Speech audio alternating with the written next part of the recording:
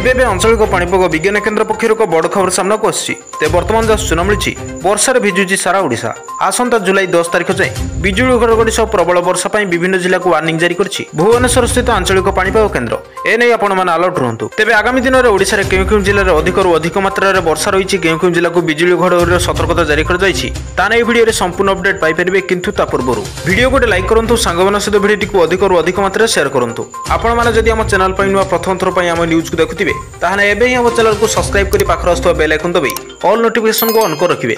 आपण माने हमर न्यूज को केउ जिल्ला देखुछन्ती तळे कमेंट बॉक्स रे निहाती जणाइबे, जहा द्वारा जेबे भी जे कोनोसी न्यूज रिलेटेड लेटेस्ट पाणीपाग सठिक सूचना आपण माने हमर चैनल माध्यम रे सर्वप्रथम पाई परिबे। तबे चलंतु आ लेट न करी वर्तमान खबर उपर नजर पकेबा।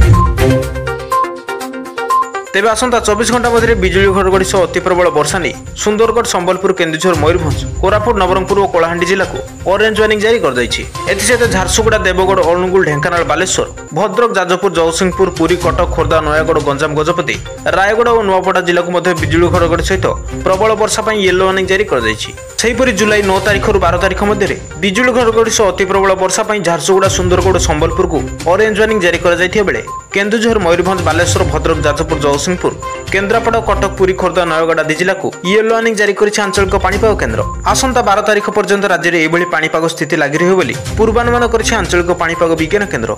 तेबे आसंता 24 घंटा मध्य बिजुली घड़घड़ी सह अति प्रबल वर्षा नहीं सुंदरगढ़, संबलपुर, केन्दुझर, मयूरभंज, कोरापुट, नवरंगपुर और कलाहांडी जिला को ऑरेंज वार्निंग जारी कर दैछि। एथिसहित झारसुगुड़ा, देवगढ़, अनुगुल, ढेंकानाल, बालेश्वर, भद्रक, जाजपुर, जगतसिंहपुर, पुरी, कटक, खोर्धा